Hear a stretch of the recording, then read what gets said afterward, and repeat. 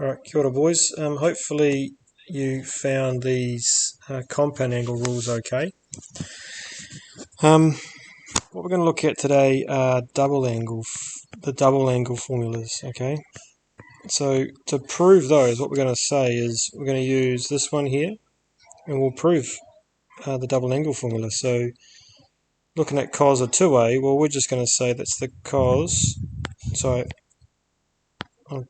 that's the sine of 2a. That's just the sine of a plus the sine of a, which if you follow the formula is sine a cos a plus cos a sine a. This formula here.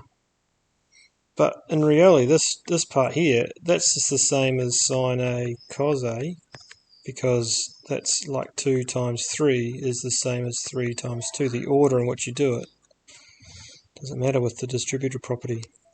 So that's just going sine a cos a plus sine a cos a. Well, that's just 2 lots of sine a cos a. So that is sine of 2a is 2 sine a cos a. Okay. And that there, being able to notice that is really important. Being able to notice this here, you can call this the sine of 2a. That's where we will use it. That's what we're looking for. The cos of 2a is a little bit trickier, because this could be the cos of a plus a, which is the formula would be cos a minus sine a sine a, which hopefully you could pick out would be cos squared a minus sine squared a. So what you can say is the cos of 2a is that. But what you can also say is you can also call that with this identity here, where cos squared a plus sine squared a is 1. What you could say is actually that is 1 minus sine squared a minus sine squared a. That is actually the same as 1 minus 2 sine squared a. So this is actually also the same as cos of 2a. And if you can see that one, then you should be able to see that the cos of 2a is also going to be cos squared a minus 1 minus the cos squared a, which is going to give you 2 cos squared a minus 1. So the cos 2a one is actually three different things, and where you will use those will be dictated to by the identity that you're trying to prove.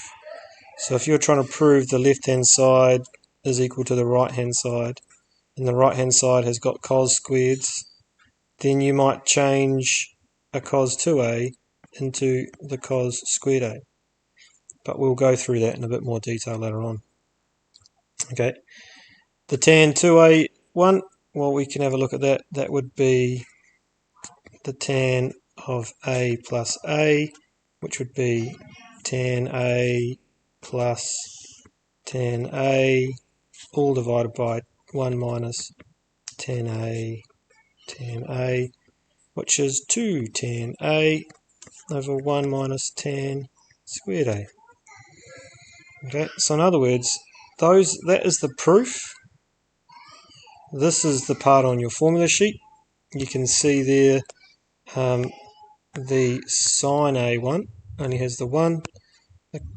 The cosine part has 3 different sections, and it will all depend on what you've got there. That is the hardest one to use for obvious reasons.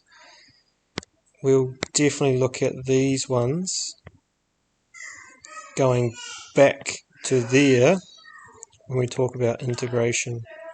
Okay, so that's where we're going. But ultimately what we want you today is to have a play with those double angle formulas using that part of your formula sheet.